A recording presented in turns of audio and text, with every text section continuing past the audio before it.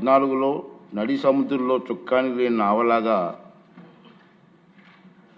కొట్టుకోమిట్లాడుతున్నటువంటి నూతన రాష్ట్రాన్ని తీరం చేర్చే ఒక చారిత్రాత్మక బాధ్యతను తెలుగు ప్రజలు దార్శనికుడు అయినటువంటి చంద్రబాబు నాయుడు గారికి అప్పగించారు. ఆయన తన అపార అనుభవాలను రంగరించి రాష్ట్రాన్ని ప్రగతి బాటలో నడపడానికి ఒక సమగ్రమైన ప్రణాళిక సిద్ధం చేశారు. అందులో భాగంగా సత్వరం శాశ్వత రాజధాని నిర్మాణం అవసరమని నిర్ణయానికి వచ్చారు. అత్యంత ప్రజాస్వామ్య పద్ధతిలో అందరినీ సంప్రదించి భౌగోళికంగా రాష్ట్ర కేంద్ర బిందువు అయిన అమరావతిని రాజధానిగా అభివృద్ధి చేయాలని ఆ రోజు నిర్ణయించడం జరిగింది. చంద్రబాబు నాయుడు గారి నాయకత్వం మీద అపారమైన విశ్వాసం చూపుతూ ఈ ప్రాంత రైతులు తన సారవంతమైన సాగు భూములను రాష్ట్ర అభివృద్ధికి కోసం త్యాగం చేశారు. ఆ విషయం మనందరికీ తెలుసు. అన్నదాతల అండతో, ఆశీర్వాదంతో, వాయువేగంతో, మనోవేగంతో రాజధాని నిర్మాణ పనులు కూడా ప్రారంభమయ్యాయి. దురదృష్టవశాత్తు 2019లో ఆ ప్రగతి రథానికి అడ్డంకులు ఎదురయ్యాయి. ప్రపంచవ్యాప్తంగా సభ్య సమాజంలో ప్రజాస్వామిక వ్యవస్థలో కనీ విని ఎరగని రీతిలో ఆంధ్రప్రదేశ్లో 5 ఏళ్ల పాటు వైపరీత్యమైన చోటు చేసుకున్న సంగతి మీరు అందరూ చూశారు. ప్రజాస్వామ్యంలో ప్రభుత్వాలు మారడం సహజం, కానీ పరిపాలన అనేది ఒక నిరంతర ప్రక్రియ. ప్రభుత్వాలు మారినప్పుడల్లా గత ప్రభుత్వాలు చేపట్టిన పనులు కొనసాగుతూనే ప్రజలకు మరింత సేవలు చేయడానికి కొత్త ప్రభుత్వాలు కొత్త విధానాలు ప్రవేశపెట్టడం సహజంగా మనం చూస్తూ ఉంటాం. ఆ క్రమంలో గత ప్రభుత్వ హయాంలో చేపట్టిన మంచి పనులు మాత్రం అడ్డుకోరు. కానీ అందుకు భిన్నంగా 2019 నుండి 2024 వరకు పాలకులు తమ చేతికి కొబ్బరికాయ దొరికినట్టు, తన చేతికి అన్నాను, వేరే అనలేదు, చేతికి అన్నాను, తన చేతికి కొబ్బరికాయ దొరికినట్టుగా ప్రవర్తించారు. ప్రజలకు మేలు చేసే ఏ మంచి పని కొనసాగరాదని ప్రతిజ్ఞ చేశారు. తిరోగమన విధానాలతో రాష్ట్ర విధ్వంసానికి కంకణం కట్టుకున్నారు. దురదృష్టవశాత్తు వారు అప్రజాస్వామిక ప్రగతి నిరోధక పోకడల వల్ల రాష్ట్రం కనీసం 50 ఏళ్ల వెనక్కి వెళ్ళిపోయింది. పాలకులకు కూడా మతి భ్రమించవచ్చునని, వారు విధ్వంసానికి పాల్పడగలరని ప్రజలు ఊహించారు.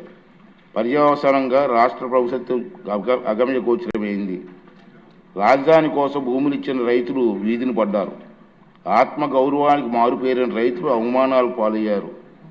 ఎందరో ప్రభుత్వ హింసకు బలయ్యారు. అలాంటి దురదృష్టకర పరిస్థితులు పునరావృతం కాకుండా రాష్ట్ర బంగారు భవిష్యత్తు తిరుగులేని పునాదులు వేయడానికి ఘనమైన చారిత్రక వారసులు గల అమరావతి నగరాన్ని శాశ్వత రాజధానిగా శిలాక్షరాల్లో లిఖించవలసిన అవసరం వచ్చిందని ఈ ప్రజాప్రభుత్వం నిర్ధారణకు వచ్చింది.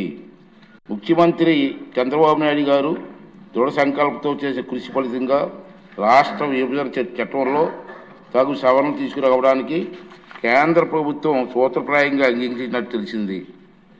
అందుకోసం అవసరమైన తీర్మానం చేయడానికి ఈరోజు మనం అందరం ఇక్కడ సమావేశమయ్యాం. ముక్త కంఠంతో తెలుగు ప్రజలందరికీ రాష్ట్ర అభివృద్ధి పట్ల మనకున్న చిత్తశుద్ధిని, అంకిత భావాన్ని చాటి చెప్పే అవకాశం ఇది. తెలుగు జాతి ప్రగతిని ఎవరు అడ్డుకోలేరు అని ఘంటాపథంగా ప్రకటించే అవకాశం ఇది. కనీసం ఈ రోజైనా ఆ 11 మంది వస్తారని ఆశించాను. ఈ తీర్మానం బలపరిచి తమ తప్పులను పశ్చాత్తాపడతారనుకున్నాను.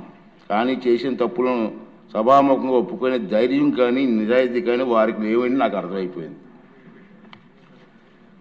రైతన్నల ఉసురు తగిలిన తర్వాత కూడా గుణపాఠం నేర్చుకునే ఉద్దేశం వారికి లేదనిపిస్తుంది. ఇది వారికి విజ్ఞతగా వదిలేద్దాం. సభ్యులంతా ఈనాటి సమావేశానికి ప్రాముఖ్యతను అర్థం చేసుకొని అర్థవంతంగా, నిర్మాణాత్మకంగా చర్చల్లో పాల్గొని ఈ అవకాశాన్ని సద్వినియోగం చేసుకుంటారని చెప్పి నేను ఆశిస్తున్నాను. ఆంధ్రప్రదేశ్ రాష్ట్ర సిరి సంపదలతో, ఆరోగ్యంతో, ఆనందంతో విలసిల్లేలా సుస్థిర మార్గాన్ని ఖరారు చేసినందుకు తెలుగు జాతికి ఈనాటి సమావేశానికి చిరకాలం గుర్తుండిపోతుంది. రెండో విషయం ఏంటంటే, మన అందరం కూడా ఈ చరిత్రాత్మక సంఘటనలో చర్చల్లో పాల్గొన్నందుకు మన అందరూ కూడా గర్వపడాలండి. చరిత్రలో మనందరం మిగిలిపోతాం. చాలా ఇంపార్టెంట్. ఆ రాబోయే తరాల వారికి కూడా ఈ సభ ఇటువంటి మంచి తీర్మానం చేసిందని చెప్పుకునే పరిస్థితి మనకు కల్పించింది. ఈయనందరూ కూడా అర్థవంతంగా చర్చలు పాల్గొని మరి వీరందరికీ సహకరిస్తారని ఆశిస్తూ ఇప్పుడు గౌరవ ముఖ్యమంత్రి గారు ప్రభుత్వ తీర్మానాన్ని ప్రవేశపెడతారు.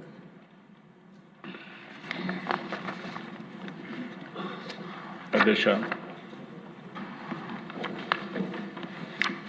ఆంధ్రప్రదేశ్ రాష్ట్ర సమగ్ర అభివృద్ధి కోసం అమరావతిని రాష్ట్ర రాజధానిగా గుర్తిస్తూ స్పష్టమైన స్థిరమైన నిర్ణయంతో ముందుకు సాగడం అత్యవసరమని అభిప్రాయపడుతున్నాం.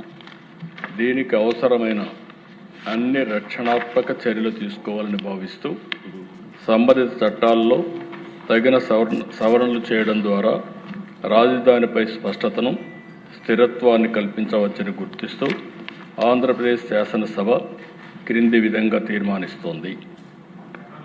Hereby resolved to request the Government of India to amend the Section 5 of the Andhra Pradesh Reorganization Act 2014 as under: A. To include the word at Amaravati to subsection 2 of Section 5. B. To add the words and Amaravati includes the capital city areas notified under Andhra Pradesh Capital Region Development Authority Act 2014 to the explanation to Section 5. ఈ తీర్మానాన్ని చర్చించి దీన్ని బలపరచవలసిందిగా సంప్రదించవలసిందిగా అందరినీ కోరుకుంటూ సెలవు తీసుకుంటాం.